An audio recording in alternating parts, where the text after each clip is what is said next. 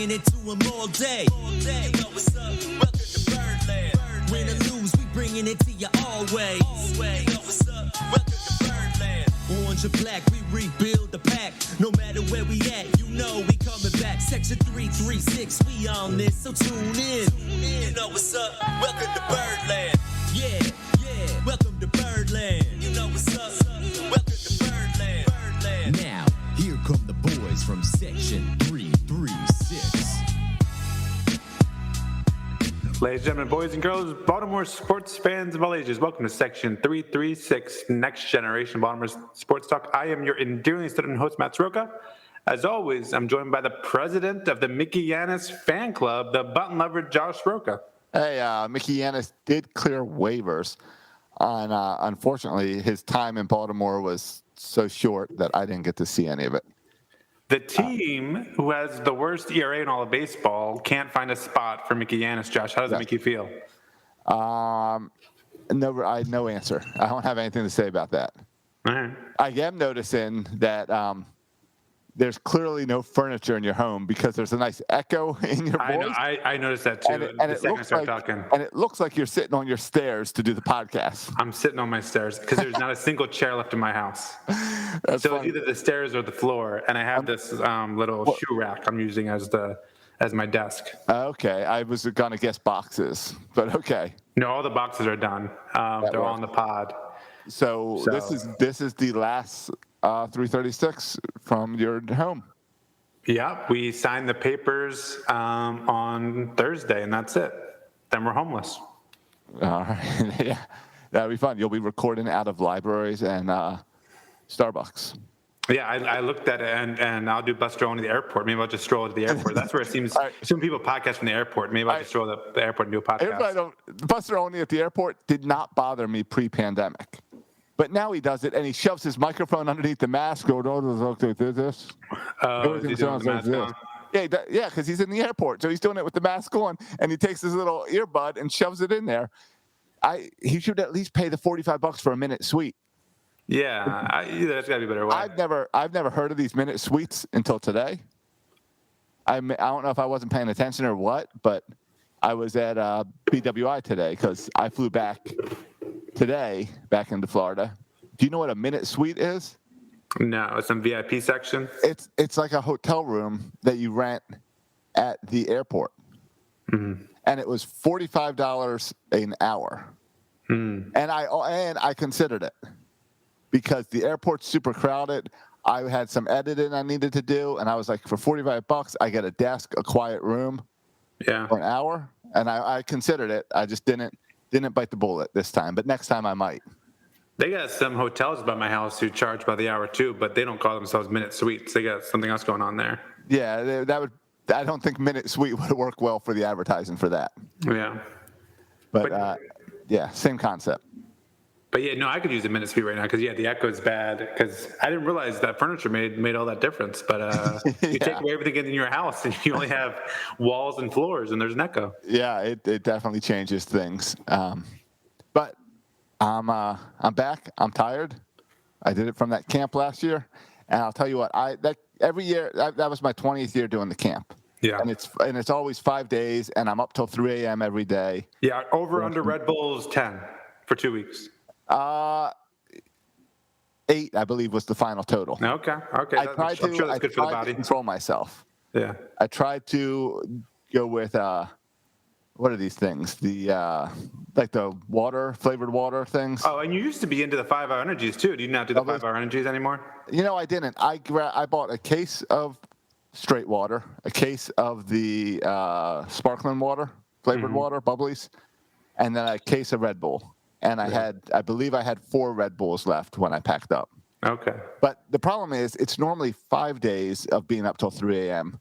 But this year they changed it to 2 camps back to back. So I had 10 days of this. Yeah. And I am tired and worn out and get to go back to work tomorrow. So it'll be fun.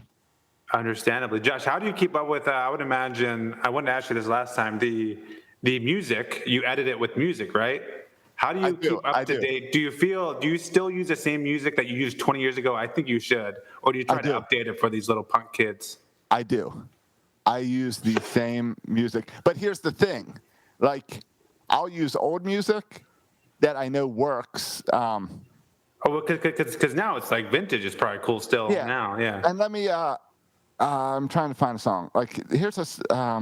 Since we're not going live tonight, I'll play a song for you that I use as an example. All right. If I can figure out how my phone works. Well, take your time, Josh. It's not like we have a lot to talk about. We do need to get into some Trey Mancini talk. Not All-Star game, but Home Run Derby. That's cool. That's very cool. I think people are going to poo-poo it because he's not an all-star selection. Oh, you can't poo-poo Trey Mancini. He's unpoo-pooable. Oh, The Athletic did today. Really? Yeah.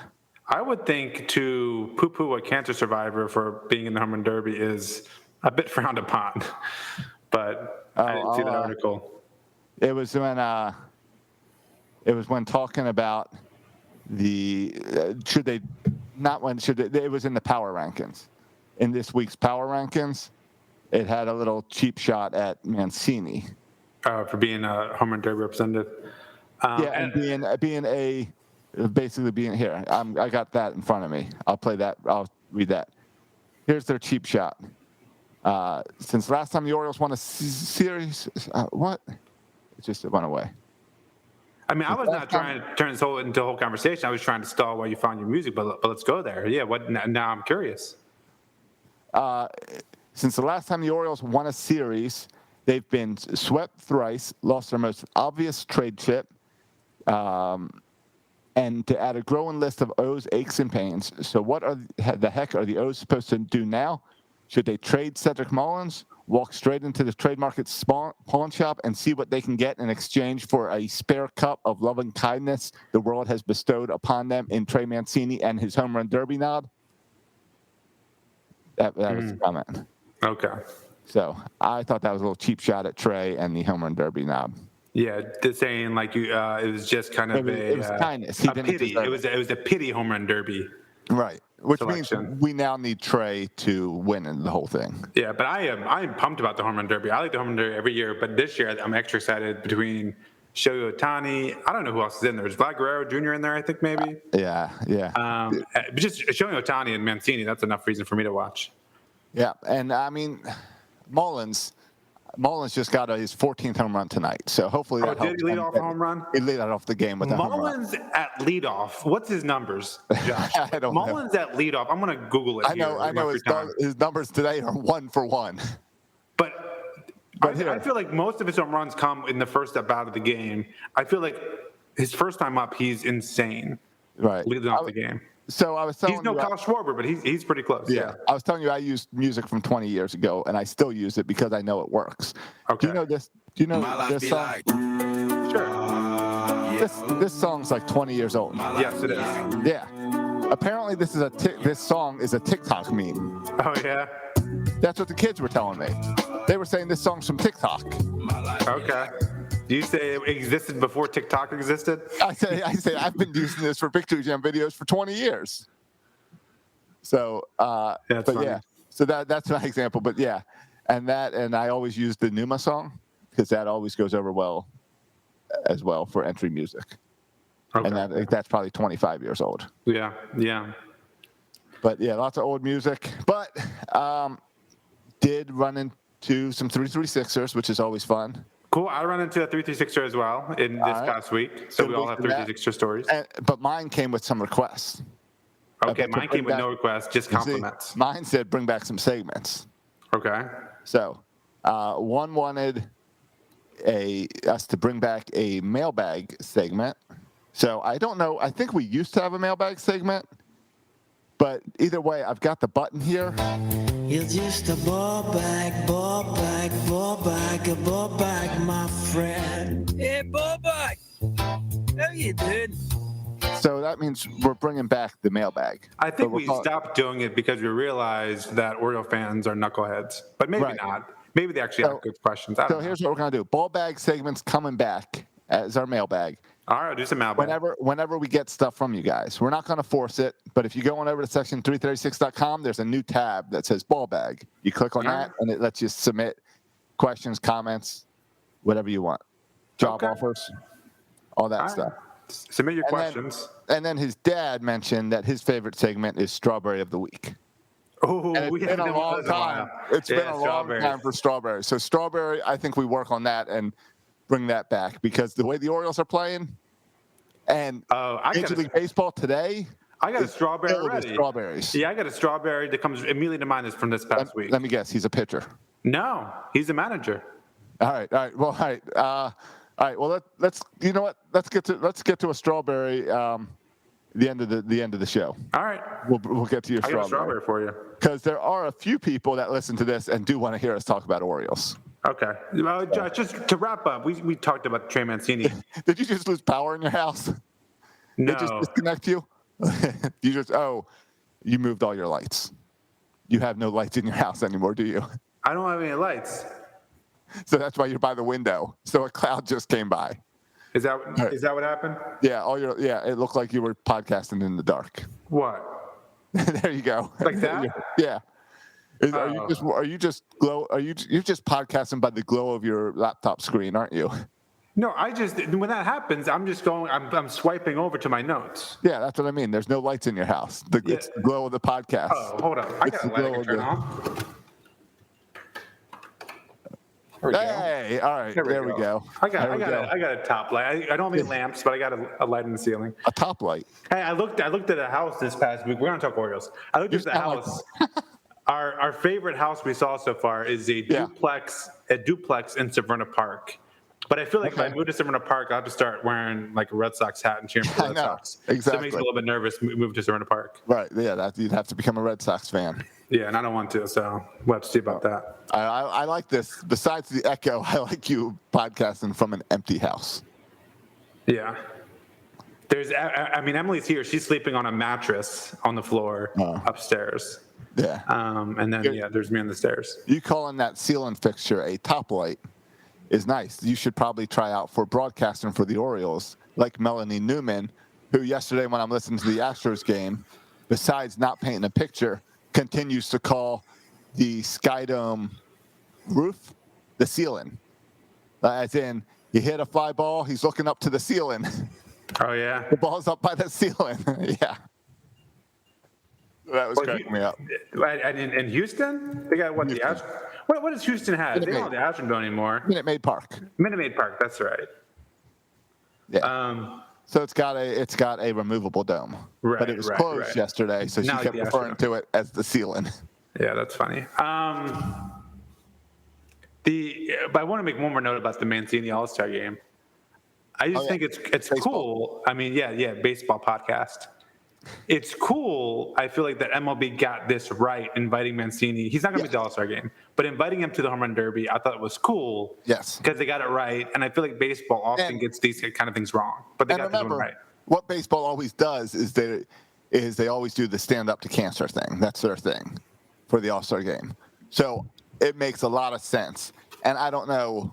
It seems like the obvious move. Like I know there were some Oriole fans putting together like a. What's the thing where you sign your name? Yeah, a petition or something. A petition to get Trey, but none of that was necessary. Like if you and I can figure out the marketing genius of putting Trey Mancini on the All-Star on the Home Run Derby, obviously someone from Major League Baseball had the idea too. Yeah, and Mancini has been he embraced it, like he wants to do it, unlike like a Fernando Tatis Jr. who rejected them. Right. And like he talked about how he wants to talk about his cancer too, and how like he's overcome cancer and there's life outside of cancer and it doesn't have to define you and all this stuff. Yeah. And so it matches with MLB what they claim to stand for. Yeah, it just makes perfect sense. And it gets his name out there even more nationally, not just as a cancer guy, but a home run guy. And we need it could increase his trade value if he performs well. Yeah. The unfortunate thing with that, I would say the fortunate thing, the past couple weeks, he's been scuffling the past couple weeks. His batting average is down to 250 something. Right, but it's the home run derby. Like his dad pitches to him or something. Yeah, he actually has his coach from Notre Dame pitching to him. But what I'm saying, Josh, is the fact that he's been scuffling offensively lately is a good thing because I think it decreases his trade value, which increases the likelihood that he stays here. Right. So I'm not saying I root for Trey Mancini to get out when he's at the plate, but I'm okay with a little bit of a slump. Yeah, well, you know what? I think he's making a mistake by getting his coach from Notre Dame to pitch. He should just get one of the Orioles pitchers to pitch to him. That's right. He should get Michael Yanis. Yeah. Michael Yanis to pitch to him. I was gonna say Matt Harvey, but Matt Harvey had a good outing yesterday. Yeah. So I don't want to bash him the day after. Yeah, but you're right. Oh, he could some of those pitchers could. He could bring over Dylan Bundy. Get Dylan Bundy out there pitching to him. Right. But yeah, great story. And you know what? It gives me a reason to pay attention. It's next week, right? Or is it in 2 weeks? I think 2 weeks. Where's my schedule? It's usually middle of July. I think middle of July. Maybe July 10th. Maybe 10th. I don't know. I don't know. I'm just throwing out days. July 10th, like it's a day that I recognize as a day. I mean, I think we're like 3 days away from the halfway point. I was looking at the standings. We're close to the halfway point. Today, I believe today is the halfway point. I don't think it is, but we're close to it. Maybe, I guess maybe for some teams. Today's game 80, so tomorrow would be halfway. Okay, there we go. Speaking of kind of full season, big picture, Josh. And the All-Star game is in 2 weeks. Okay. But the 14th? The 13th is the All-Star game. So Okay, the 12th 13th is probably the Home Run Derby then, right? Yeah. And the draft is that time too. So, yeah, the draft is like the 9, 10, 11. Yeah, it's going to be a fun week. I think MLB is doing that right. This is the first time they've done, I think, that with the All-Star game and the draft. Yep. I like that. I like this a lot. I do too. We're going to have to, maybe we talk draft next week. Yeah, let's get into some draft next week. That makes sense to do. No, but I wanted to talk about, Josh, I've been thinking about this a lot because there's been, I was just mentioned to my dad, the dad was talking about how. Oh, he's my dad too. Yeah, I know I would say my dad. Our dad. Our dad. For our listeners, though, I feel like I like to talk directly to the listeners, Josh. All right. Okay. Listeners, my dad was saying. No, but we were talking about just how this team is beyond. It doesn't feel like a rebuilding team. It just feels like a really terrible team. And it's not even like an entertaining product. And at what point do the Orioles have an obligation to be somewhat entertaining? Because this is just embarrassing, you know? All right. Yeah. And this is.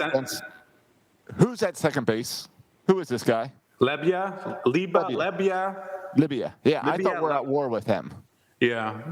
He went 0 for 25 before he got his first hit. So good for him. He was on some kind of Hyun-Soo Kim type streak there. Right. So good for him for getting a hit. No, but I mean he was crushing it in Norfolk. So I'm okay with Libya. All right. Are you okay with Urias playing short? Yeah, I'm okay with that. None of these guys are the future. Do you know what it stinks for though? It stinks for Richie Martin and Jahmai Jones. Richie Martin's still hurt. Yeah, Richie Martin's still hurt. That's the thing. Like the past 2 years, Richie Martin's gotten hurt, and there's been so many opportunities for him to play. Yep. But he hasn't been played. I was just thinking about Richie Martin. But yeah, Jahmai Jones. That a lot of people are upset, and I said it too. Like I tweeted out, I'm not watching another game that Matt Harvey until Matt Harvey's replaced as a starter, and Jahmai Jones is up here. I'm not watching another game. I think I've watched every game since I tweeted that. I was going to say, yeah, Matt Harvey had a good game. His last outing. Yeah, and not horrible the one before. And I'm okay with Jahmai Jones not being here either. Like I don't care. If he's here, I'm watching the game either way. Jahmai Jones here, he's batting seventh. I'm okay with him being here. I'm okay with him not being here. I know. I think he needs to work on his defense. I believe him. That's fine. But we all want Jahmai Jones because we want to know if he's really part of the future. We know Urias isn't. We know Libya isn't. Yeah, and we don't know about Jahmai Jones. Jahmai Jones is a guy that was kind of sold to us as he has a chance to be our future second baseman. Yeah, but maybe not, right? He's not like this can't-miss top prospect. Right, but isn't that what this year's about, is to figure out the maybe nots? Well, I don't think Mike Elias views it like that. I think he views, like the time in Norfolk has seen that. I think he views, I think he'll yo-yo guys. Like, it's been interesting, right? Because he's yo-yoed Ryan McKenna. A lot, yeah. And Ryan McKenna's playing more than, like, he's not up there as a fourth outfielder since he's been called up again. He's playing every day, batting like leadoff or fifth. He's on the bench. He's on the bench tonight, isn't he? No, he's batting fifth. You're right. Josh. He's in left field. Check your box score. You're right. Well, he had a good game yesterday. He's been playing really well. And he was playing extremely well at Norfolk when he was called up. And so I think they're trying to see I think they're done with DJ Stewart, to be honest. And I think they're trying to take a longer look at a guy like Ryan McKenna as a potential piece, which is interesting. It's kind of like what they're not doing with Jahmai Jones. But what McKenna does is even if the offense is still not there 100%, the defense is there 100%. The base runners are 100%. And that's not quite true of Jahmai Jones, I don't think.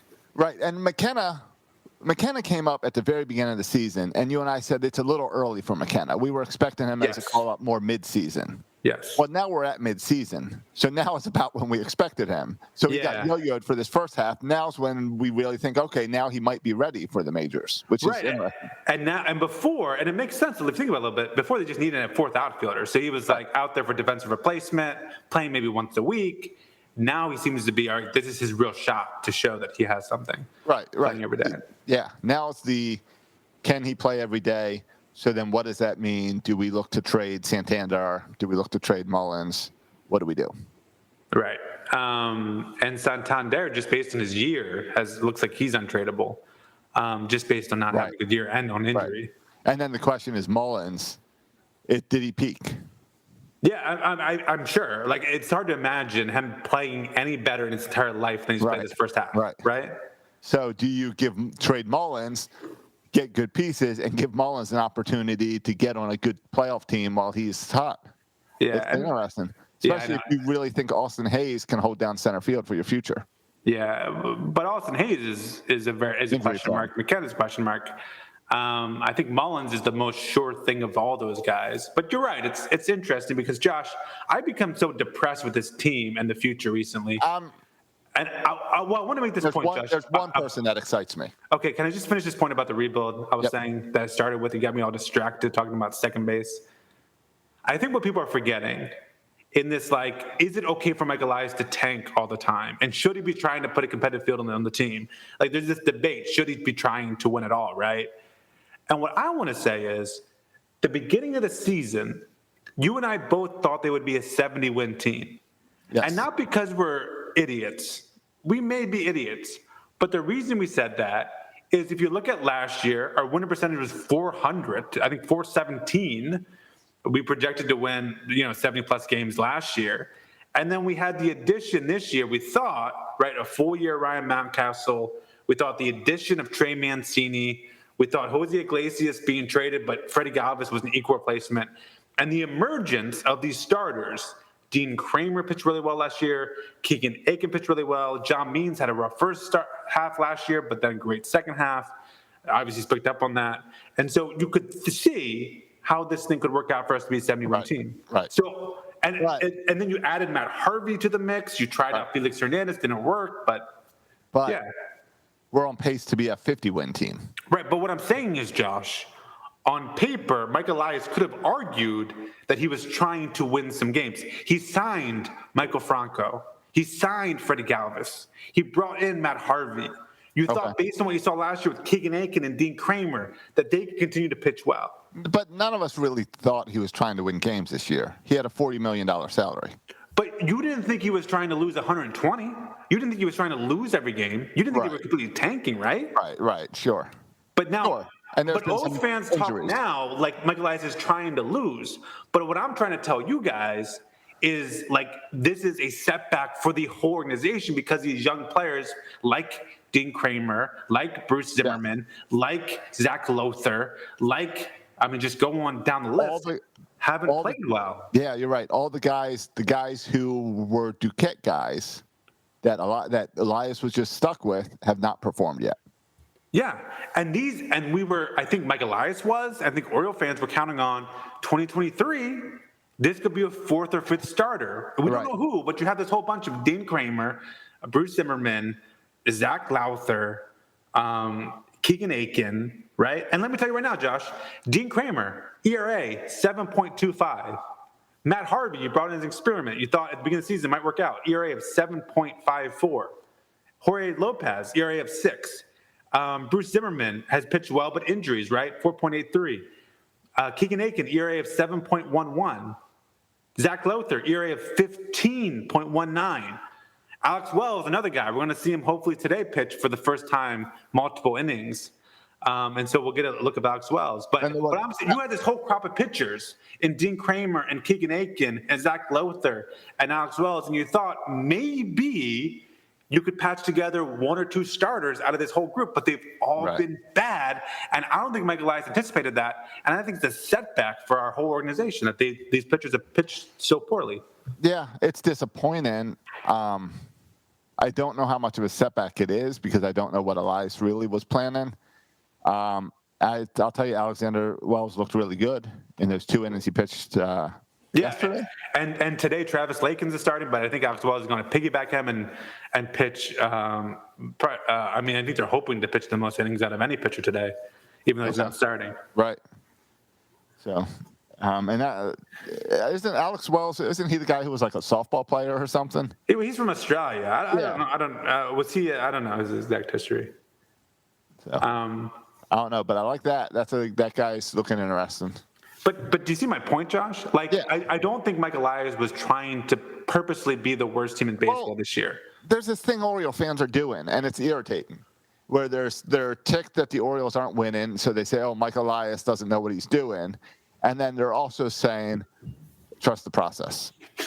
And they're saying, they're speaking out 2 sides of their mouth because the process isn't moving fast enough for them, because they want Grayson Rodriguez up here now, because they want Adley Rutschman up here now. Yeah, but Josh, my point is, and here's why I'm so depressed about the state of the Orioles for me. State of the Orioles, right? Really down for me right now, and the reason is, okay, let me envision this future. Yeah, Grayson Rodriguez is a starter, and let's say it all works out, he becomes a great starter. Yeah. Okay, great. We have John Means, Grayson Rodriguez. Yes. Then you got DL Hall. Okay, first of all, DL Hall right now is injured. Secondly, yeah, but you're talking about the future. Yeah, but Josh, how many? Okay, we have 3 really good starters in the minors: Kyle Bradish, DL Hall, Grayson Rodriguez. Yep. Here's what's going to happen. I'll tell you right now. The chances of all 3 of them working out and being really good major league starters is like winning the freaking lottery. And I hear what you're saying. None of the guys. Here's what's going to happen, Josh. One of them will be a good starter.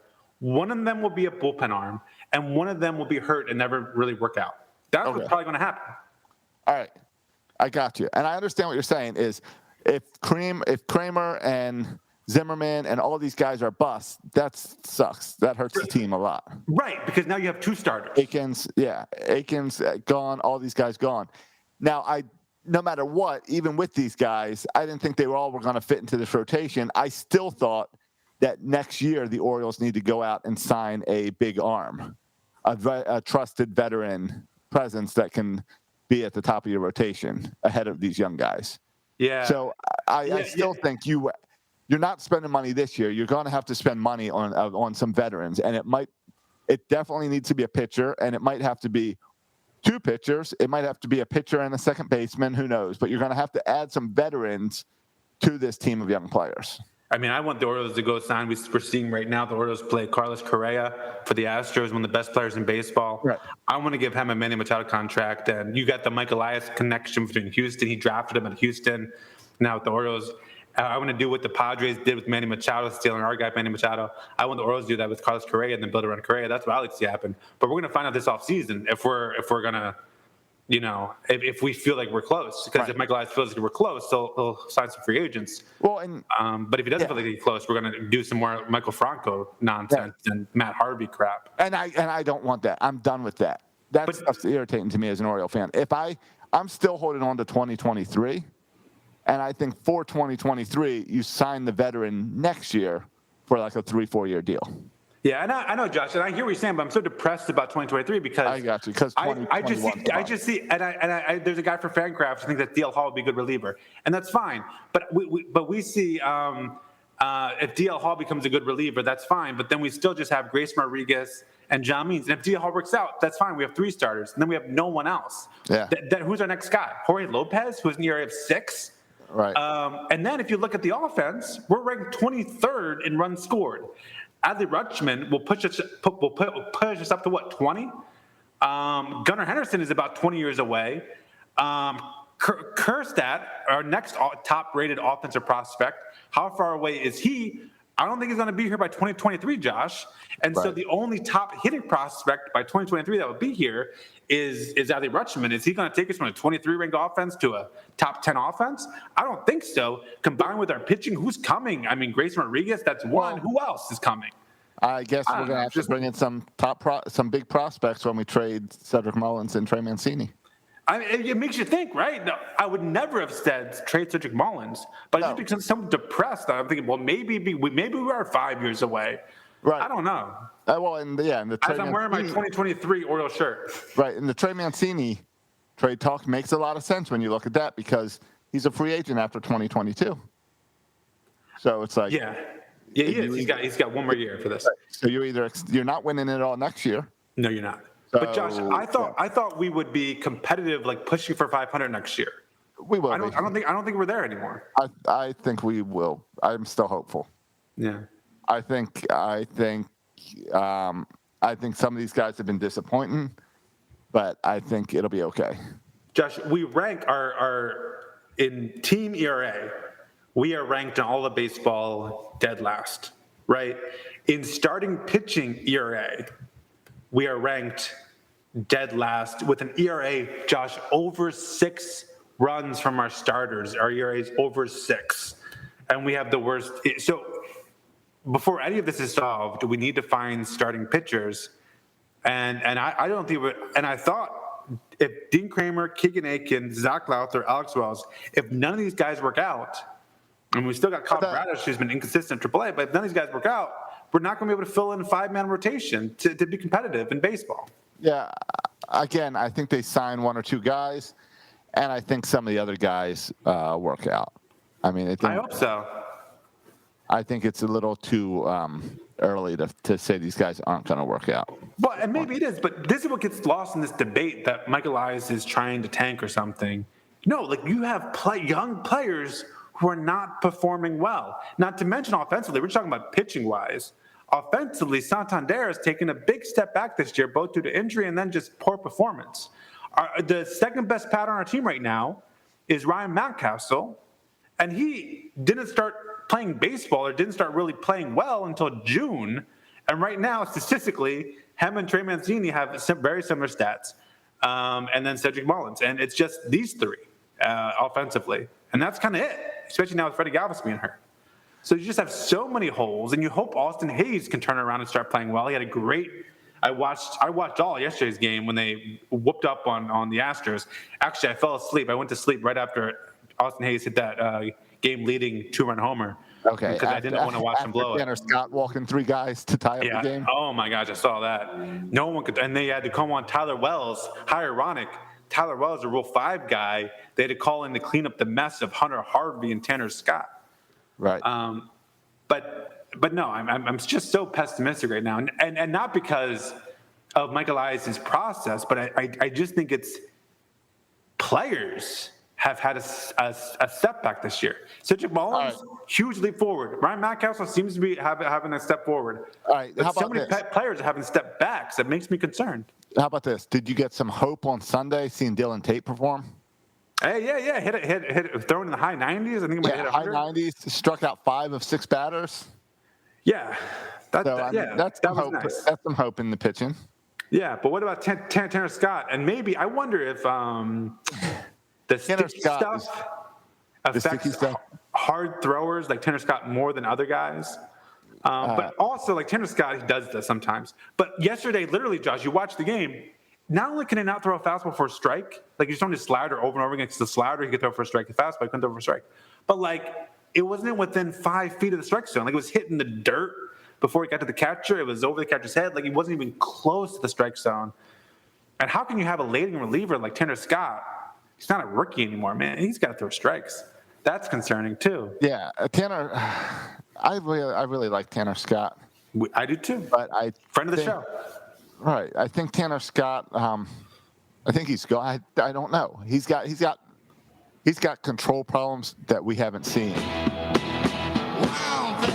since the guy on the Indians in Major League. I mean, I don't remember the guy's name. Charlie Sheen's character, who's like taking out cardboard heads. Yeah. That was Tanner Scott last night. Yeah, that's Tanner Scott, and I don't know how you fix that.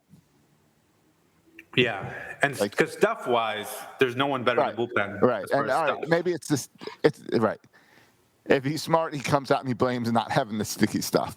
But we've seen this from him his whole career, control issues. You see Hunter Harvey out there accused of using sticky stuff. There's this knucklehead for New York called John Boy or something, Jim Boy, Jumbo Boy. Yeah, Jimbo he Boy. He makes the Twitter videos. Yeah, and he sent a video about what is Hunter Harvey doing as they were applying like stuff to his arm. And you watch the video, and he never went to his arm one time. It's icy hot. He does it before every time it comes out. It's a normal thing. Right. It's just like the guys who were trying to do the video accusing John Means of using something after his no-hitter. Yeah, you get everyone with a freaking video camera, or if everyone watching the game and can record it. And I do like accusing the Orioles of cheating. Orioles pitching of cheating, right. and Hunter Harvey then couldn't throw a strike. Okay, he's cheating. Well, yeah, it's just like how they had to come out and check Mickey Janis. Yeah. When his whole thing is not spinning the ball. Right. Exactly. But can I just say about this whole checking pitchers? Oh no, you want to finish this conversation? No, I was just going to say that I like the guy that dropped his pants. Yeah. I like the pitchers kind of push you back a little. Yeah, I'm a huge fan of this whole development with checking pitchers. I think it's great for baseball because it adds a whole nother level of like antagonism and drama and intrigue. I was hooked when Max Scherzer, like I turned up the Orioles game and was watching Max Scherzer. Yes. As they checked Max Scherzer and how he was so mad about it. Like, I think that's great for baseball. It adds drama. It adds intrigue.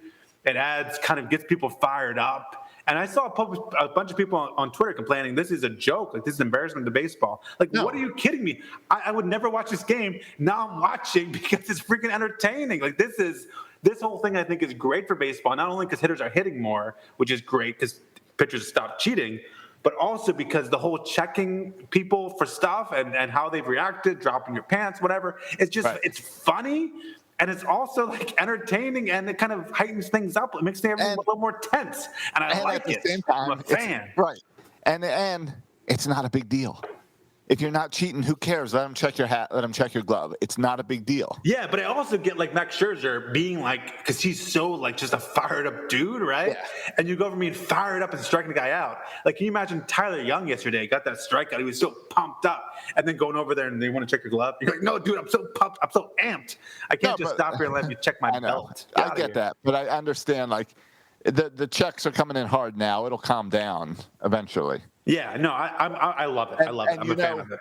I think it's also funny and entertaining. Pitchers whine about this, but if there was talk going around about players corking their bats, as soon as someone hit a home run and was celebrating, the pitcher would be whining to check his bat. Oh yeah, like pitchers have done this to themselves, right? Because they kept on pushing it until they come up with this mysterious spider tag substance. So like it's on you for pushing it and pushing it way too far. Right. They branded and sold something to cheat. Yeah, I mean it's very similar, Josh. I mean I don't want to make the comparison, but it is. The roids. To the roids, where at first people just ignored it, and all of a sudden it becomes so obvious and out of control. They're like, okay, we got to say something about this, guys. Right. And then you crack down on it. Yeah, it's not illegal, or we would see Max Scherzer in Congress pointing his finger. Yeah, exactly. The response by Garrett Cole was very similar to some Rafael Palmeiro stuff. I still think I need to go on Amazon and buy some spider tack, and we see how well we can use it. Yeah. Maybe improves our softball spin rate. Well, that's what I was thinking. Maybe we get one of those baseballs that you throw and it measures your speed, and we do a test before and after spider tack. Yeah. Well, you got it. It's a spin rate. Can we spin the ball? Rate? Yeah, that's what it's supposed to. Ball movement. But doesn't spin rate make the ball move faster? But I think it moves. I guess like it's supposed to make like for fastballs, help it like stay the same plane and not drop to like stay up. So like a rising fastball. And then it's supposed to help your cutters and sliders move. All right, I'll look into it and figure out some ways we can have some tests to see if we can climb walls with spider tech. But I think they should let Oriole pitchers, to make things more for the sake of parity, since we have the worst area in baseball, let us use spider tack and kind of give us some spider tack. I think that would be fair. And all right, here's my thought: why they were all putting spider tack on their hat or their belt buckle or their elbow or their glove? Why don't they just put it on their fingers when they're in the dugout and then run out there? Yeah.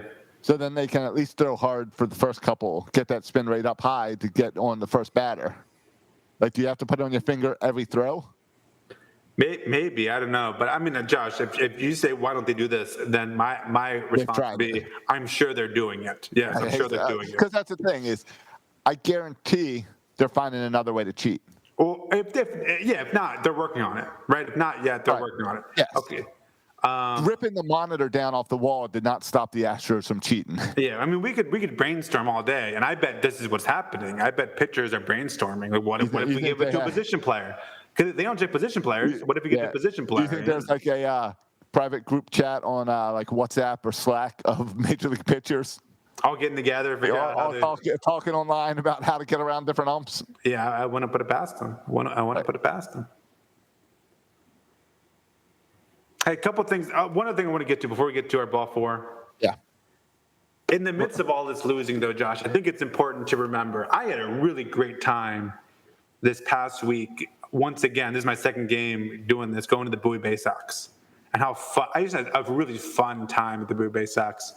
And a shout out to our boy Adam Pohl for kind of being nice to my kids and hooking them up with balls and taking them kind of backstage, if you will, to get some balls. Adam's great.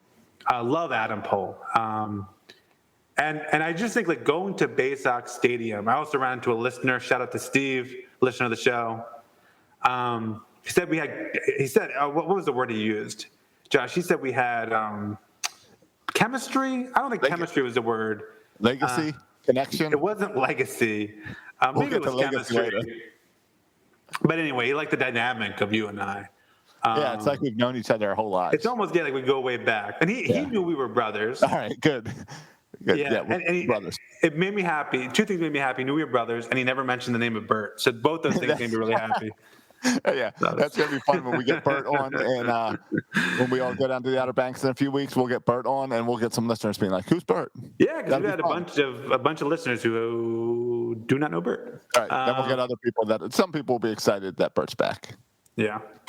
But no, it was just a great, and I didn't, honestly, I had Faye there too, and she's 2 and she's a handful. And so I didn't watch as much of the game. We did the carousel thing and some other things. I had dinner with you last night. I saw Faye's a handful. Yeah, she's we call her Faye Monster for a reason. But still, it was fun. I think sometimes you watch the Orioles, you forget it's fun sometimes.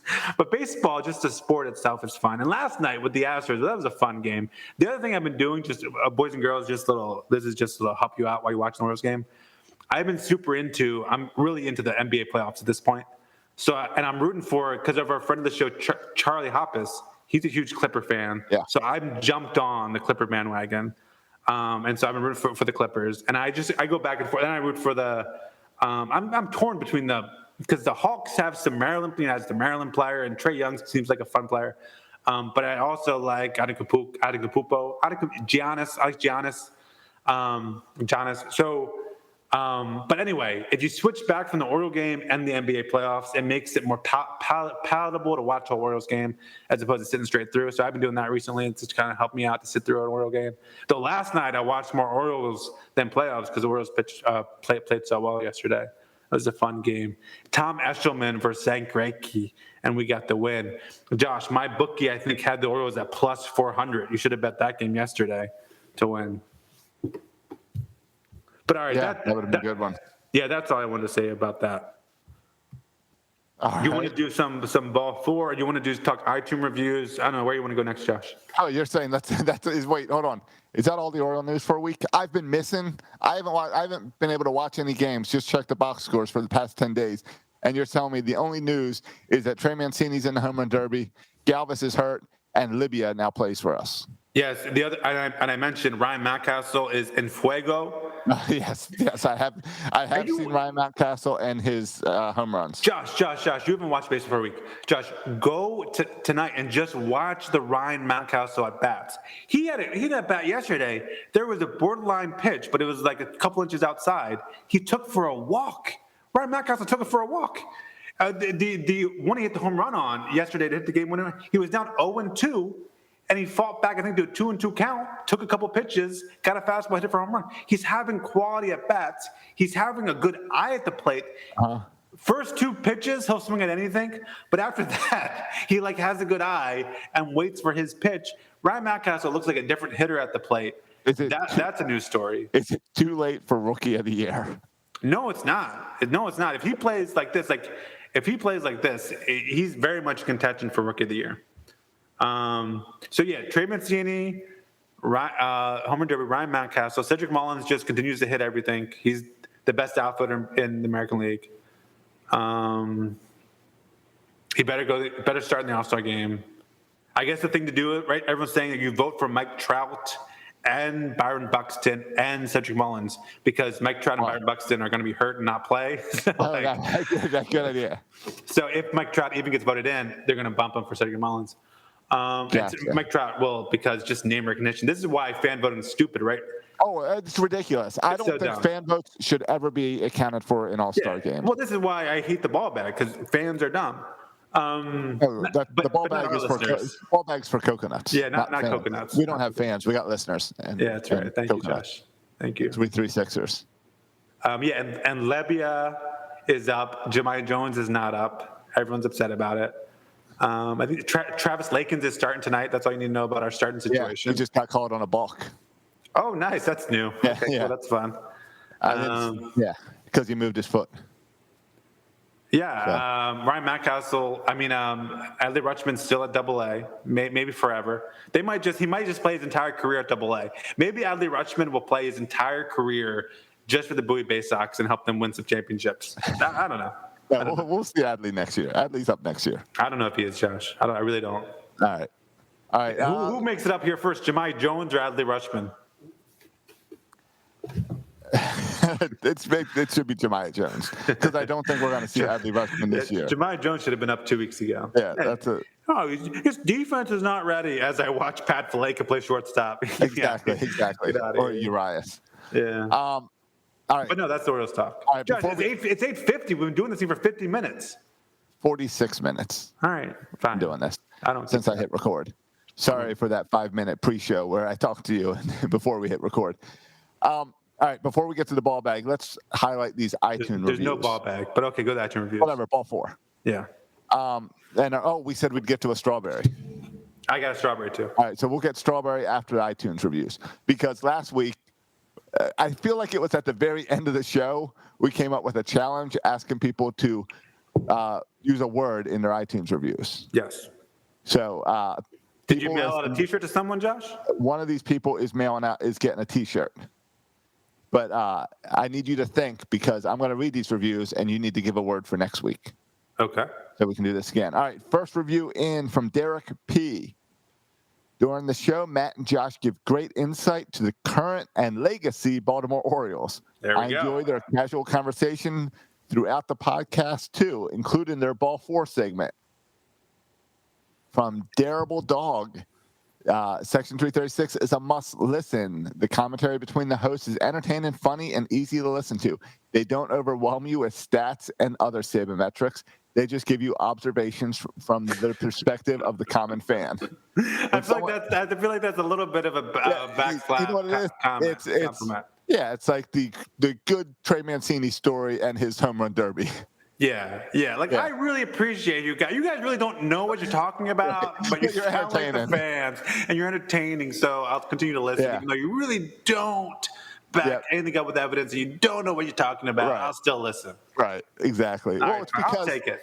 It's because our show is the same conversation of you and I when we go to the ballpark and talk.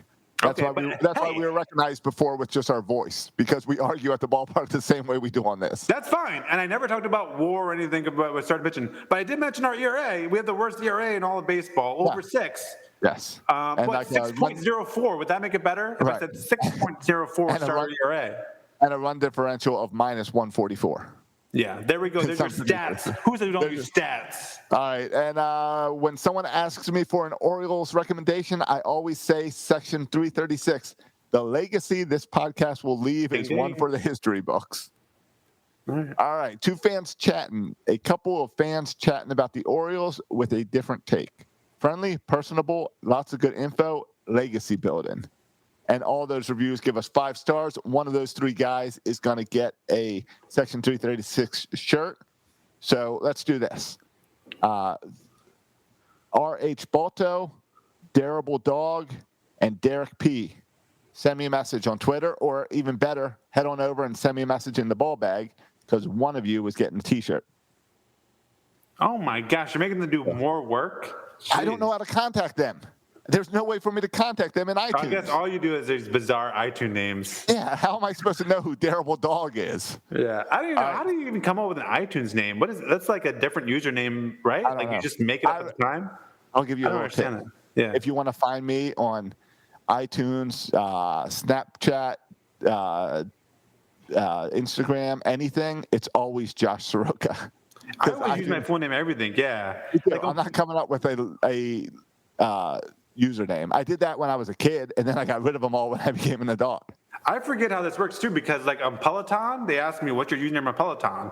I said Matt Soroka, and then I get on Peloton. Everyone's got these cool nicknames, like you know, Dad Biker, and you know all these clever nicknames, like their fantasy team names. I was like, oh crap, I just put my name. When I was in high school, my AOL name was Kwansu Dudes from the movie Surf Ninjas, and at that point, I decided that once I grew out of high school, I determined usernames are stupid because they come outdated really quick.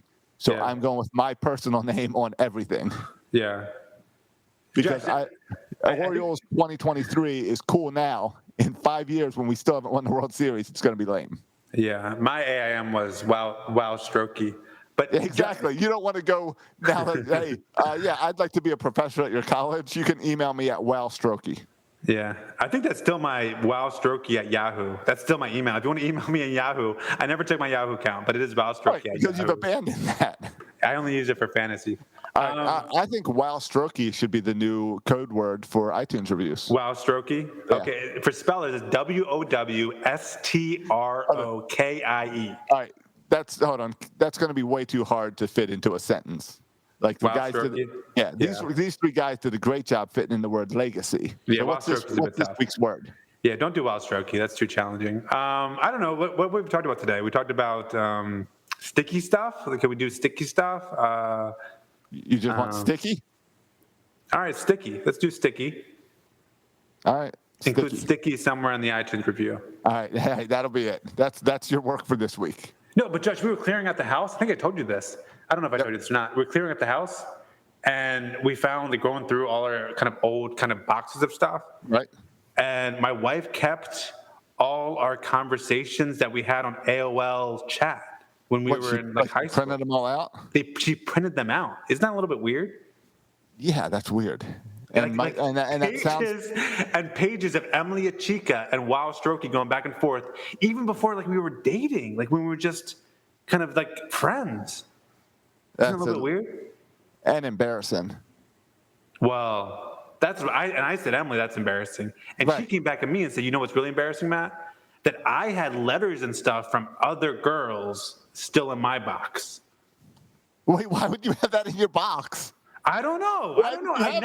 I never go through the box. How did that even get into the same house as you and Emily? That should never have moved into any house. I have a box of like toys, and I have letters in there, and I have other stuff in there from like I have trophies that I don't care about and yearbooks, and I also have some Ashley and Kaylee letters in there. You mean trophies?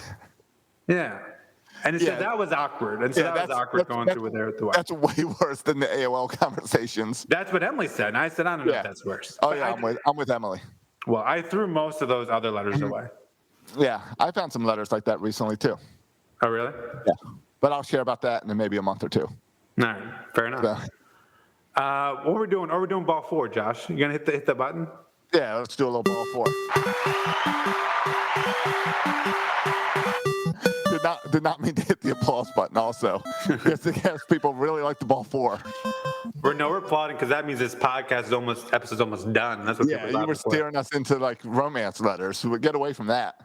Yeah. I might have to reach out to Emily. I think when the Zany Burt Roadie's back, we do a little actor's studio. And do a little read of the old chats. These are there's high school me on AOL. I know. So cringeworthy. I couldn't even read them. I couldn't even look at them. I read like 2 comments. I was like, I got to put it down because it's so cringeworthy. I know. But how much fun would it be for other people to read them? All right. Come on, I'll be you and Bert can be Emily. Can I say something I'm really happy about right now? They are locked in a pod somewhere in Delaware right now. So you're not getting them anytime soon. Oh, we'll find a way. Or I've got to remember this.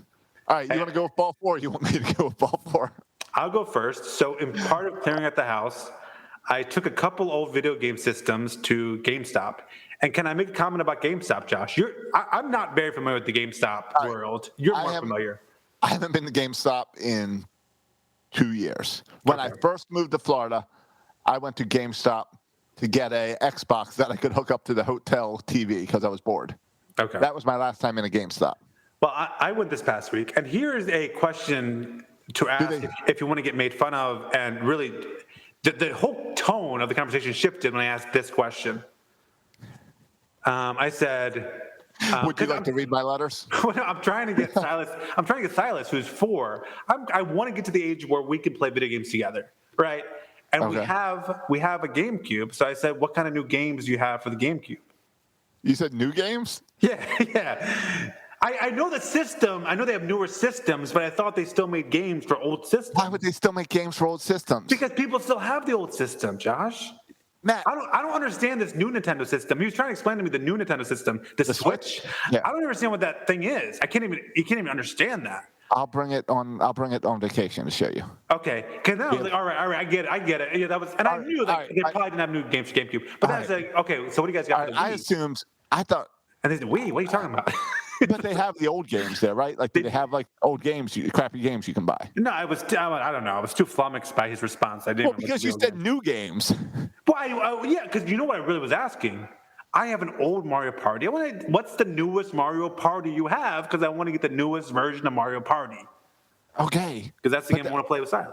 But what you needed to do was just say, hey, do you have any games for the GameCube? And then they say, yeah, it's over on the shelf over there. And then you go to the M's and you find the Mario Party. All right, that's fine. You don't say, hey, you got any new Mario Party games? Because that new Mario Party game for the GameCube came out before the guy that works at GameStop was born. Yeah, and those guys tend to, he knew that.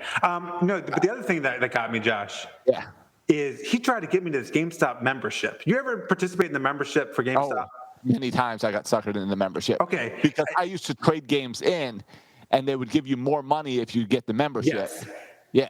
The guy gave me this whole, I'm talking, it was like 5 minutes of, listen, if you, right now, I'll give you a $10 gift card now. If you spend $5, you'll get another $5. Therefore, you have $15, and the GameStop membership only costs $15. Then, for every time you give money, you give 10,000 points. And for the first 2 months, we double the point total. Josh, after 2 minutes, I was like, dude, your spiel here is so long and complicated. I have no idea what you're talking about. I'll pass. Josh, it's bananas. It's designed for the gaming nerds. So they make their whole Game Pass thing or whatever. It's designed like it's Fortnite bucks or something. Yeah, it was like 10,000 points, and all these points and all that. And like I realized it would have been smart financially to do it, but it was too complicated that I didn't want to do it. And then I was like, that sounds dangerous. He's like, dangerous? What's dangerous about it? I was like, well, you're suckering people in to buying more stuff to get the points. It's like the Kohl's bucks. So did you? You're not getting me with the Kohl's dollars. So did you sell some of your old games? No, I sold an old system and some controllers. What system? The PlayStation 4. Oh, okay. So would you get like $50 for that? No, I got 120. Oh, I'm going to GameStop tomorrow. And it was 2 controllers and that. And then I tried to give them an Xbox, and they didn't want it. They said, we won't take your Xbox. What version? The 360. I got an Xbox One. They'll probably take that too. Yeah, I haven't been to GameStop in years. I'm going to go take this crap. Yeah, I didn't even have my HDMI cord because you didn't give me an HDMI cord with your PlayStation 5, and so I didn't. Oh, I apologize that I gave you a PlayStation 5 and not an HDMI cord. So I had to use the one from the PlayStation 4, and so I went there without, like a darn fool, without an HDMI cord. Did they make you buy one there? Yeah, but they they distracted from the total. I still was 120. I still got $120. So now cool. I got a gift card with $120 that I'm going to buy a bunch of Mario Party GameCube games. No. You know what you do with it? Yeah. Go on GameStop's website and you buy a PlayStation card. Oh, that's a good idea. So then you can use the PlayStation card on your PlayStation to download games. And do the online subscription? Yeah. all that. Yeah. So I'll do. Yeah, that's a good idea. It's a good call. Yeah. But I want to get a system that I can play with Silas. How old do you have to? Do you think Silas is ready for a game system? Well, I had an idea, and I wasn't sure if I should share it. Yeah. What about one of the handicap controllers?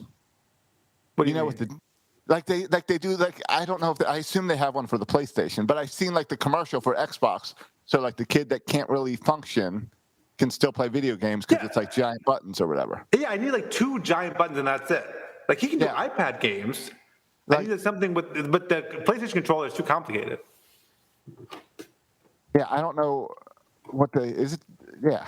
I mean, what you should do is I'm sorry, this is getting out of a ball 4 discussion completely. Yeah. Just it's out of, sorry, it's the PS5 DualSense accessibility controller. Oh, you think that would be easier for a kid? Yes. All right, I might look at it. But I don't know. But I think I'd recommend just the Switch. Just getting the Switch or like a Nintendo, the NES or something. Well, I still got my GameCube that I want to play with him. Doesn't the GameCube controller have like 100 buttons? Yeah, but like a Mario Party game, you only use a couple of them. Good point. Yeah, you can do that. Yeah. All right, what's your ball 2? Ball 2 is I've been all week. You know what? I'll go with this. I've spent a lot of time at the beach the past few days, probably 2 hours every day at the beach, and I never got in the water. Instead, I played beach games, and I like beach games. So both my balls today are going to be beach games that were new to me. And the first one is, have you ever played the game Bottle Bash? Never played Bottle Bash. All right, it's a pole that you stick in the ground, and then you put a bottle on top of it. And what you got to do is you got to throw a Frisbee and hit the bottle off. And the players on the other side and your opponent, what he has to do is not let the Frisbee hit the ground and not let the bottle hit the ground. So if I throw the Frisbee at the bottle, you need to try to catch the Frisbee. But if I hit the bottle or the pole, you're going to have to catch the Frisbee and the bottle. If either one of them hits the ground, I get points. Some quick reflexes there, yeah. Yeah. Yep. So that's my first ball is that game, which I played on the beach. All right. Played a lot of spike ball, but I think everyone knows what that is. Yeah, we know spike ball. I guess I don't know. I feel like it should do something moving related. We use the pod company to move our stuff. Can I just say, I thought it was a your ball 3 is the pod company. The pod company. They drop it right off at your house and then they take it to their storage place in Delaware. No, I thought like I was really proud of myself for not having, Josh, a lot of physical stuff. And then we thought, okay, we'll get one pod and we'll fill up this one pod. You don't have physical stuff, but you got letters from girlfriends 50 years ago. Yeah. So apparently, Josh, I may or may not be a hoarder. I just realized this. Because we filled up one pod and then we're like, okay, we filled it up. Maybe just get a second pod just for a couple extra outdoor run over stuff. Uh-huh. Josh, we had to do all kinds of jigsawing, all kinds of Tetris, high-level Tetris type stuff to fit everything in the second pod, and then we had to put a bunch of stuff on the free cycle Facebook or whatever just to get rid of all our stuff. Full 2 16-foot by I don't know how tall it is, like 8-foot pods, completely full, and we gave a bunch of stuff away. But I have too much crap. I just didn't realize it. Yeah, moving sucks. Josh, moving is I didn't realize all this stuff. Moving is the worst. Contractors, fixing up your house, getting all your stuff out. It's the worst. When we moved to Florida, we thought we needed a certain size truck, and then they came and loaded it all up, and we had to pay more because apparently we had more stuff. That's what I mean. And then they stole some of our stuff, so I wish I had pods anyway. Yeah, and that next time we said we'll just hire a bunch of movers and a moving van, but then maybe they'll steal it. Who knows? Right, so. That's what I did, and they stole my drone and they stole my Switch, or the kids' Switch. So I had to buy them a new Switch. Who steals a Switch? That's messed up. That's a kid's toy. So, all right, what's your ball 4? Another beach game called CrossNet. Have you played this one? Not played CrossNet. My beach game is limited to wiffle ball, really. I know. Cornhole and wiffle ball. I know. That's why I picked up some new games, and maybe we'll play them at the Outer Banks. Okay. CrossNet is like Foursquare. You know how to play Foursquare? Yeah, sure. All right. But it's with a volleyball net. So it's a volleyball net. Okay, and you stay in a little square. Basically 2 volleyball nets going back and forth, like cross over each other, so everyone has a square. Okay, and right. what you got to do is volley the ball and hit the ball from square to square. Okay, and if it drops if it hits the sand in your square, you're out. Fair enough. So the goal is to get in like first position and stay there as long as you can while everyone else is trying to knock you out. So it's like a 4-player game. Or can you have multiple people in one square? No, it's a 4-player game, but you can have we had 10 people playing it because once someone gets knocked out, a new person moves in, and it's a fast-moving game. Yeah. So it's another fun game. We play a similar thing with ping pong that way growing up. You ping pong and then it's like ping pong. Yeah. But they have a water version that I think might be perfect for the Outer Banks. Okay. Where you divide the pool up. Yeah. The problem with pool games with volleyball is you got a shallow end and deep end, and anyone in the deep end is always at a disadvantage over the people at the shallow end. It's always a pool problem. But that's not a problem at our house in the Outer Banks. It's still deep and shallow. It's a 4-foot or a 3-foot. Right, but still the 4-foot people have a disadvantage over the 3-foot people. All right. You're right. So that's my ball fours are beach games because I like beach games. Also play paddleball and spike ball, but everyone knows what those are. These two were new to me. Yep. All right, cool. You got a ball four? Or no, you already did yours. Pods. I did mine. We're good. Let's get out of here. You hit your pods. Yeah. Oh, we can't get out of here. Didn't we tease strawberry? Oh, shoot, strawberry. I forgot. Who are they going to talk about for my strawberry? You said you had one. Yeah, a manager. Let's go with... Yeah. Okay, anyone who watched, I talked about watching Scherzer be checked, and I turned off the Orioles game to watch Scherzer because it was just funny. And then the whole Girardi thing, Joe Girardi, former Yankee manager, current Phillies manager, Joey Girardi, who after his guys started striking out in like the 4th inning, asked them to check him again. This is after Scherzer was just checked. Coming off the field, he was checked again because he said he was rubbing his head, and then take off his hat and check his head. And then Joe Girardi, after doing this, after calling on Max Scherzer, who always getting checked after every inning, to get checked mid-inning, Scherzer, of course, is pissed off about this, understandably, because that's kind of Scherzer's style, and because Girardi's being a jerk here. Then at the half inning, Scherzer walks off, stares Girardi down, and then gives them, both hands up, look, hat up, look, no stuff. And then Girardi comes out, starts shouting F-bombs at the dugout of the Nationals. Now, it turns out he's actually shouting at an assistant coach who used to coach with him, who was also shouting some nasty stuff. But whatever. And people thought he was shouting at Scherzer, but he wasn't. But whatever. Girardi lost his cool. And so for that reason, Joe Girardi is. He always has been. So it's kind of nice when he shows his true colors that he is a true strawberry through and through, Joe Girardi. All right, I like it. I like that strawberry's back. We'll try to remember to keep strawberry I'll do one back. next week too. Yeah. All right. Now, who's not a straw? Who's a coconut? We're doing coconuts too. Eric Graham, who pushed us to do the ball bag, he's a coconut. Eric Graham's coconut. Also, Austin Hayes. When he casually you see the home run, he robbed a home run yesterday. I don't know if you saw it, Josh. Oh, yeah. It was the most casual home run rob you've ever seen. Right, it was like a normal catch. Yeah, this is from a guy who last year or 2 years ago, I forget when, robbed the home run, started pounding his chest. That's what I always see with Austin Hayes. This one was just hop up, caught it, throw it back in, like it was nothing. That's a coconut move to casually rob a home run. Right, it's a been there before move. Yeah, I've done this. I pumped my chest the first time I robbed a home run. This time, it's kind of old hat. Sure. All right, now we can get out of here. All right, let's go. Follow us on all your social media platforms. Like Josh said, go to section336.com. You can support the show that way. And you can also contribute to the ball bag. Click on mailbag and write us your questions. Click on ball bag.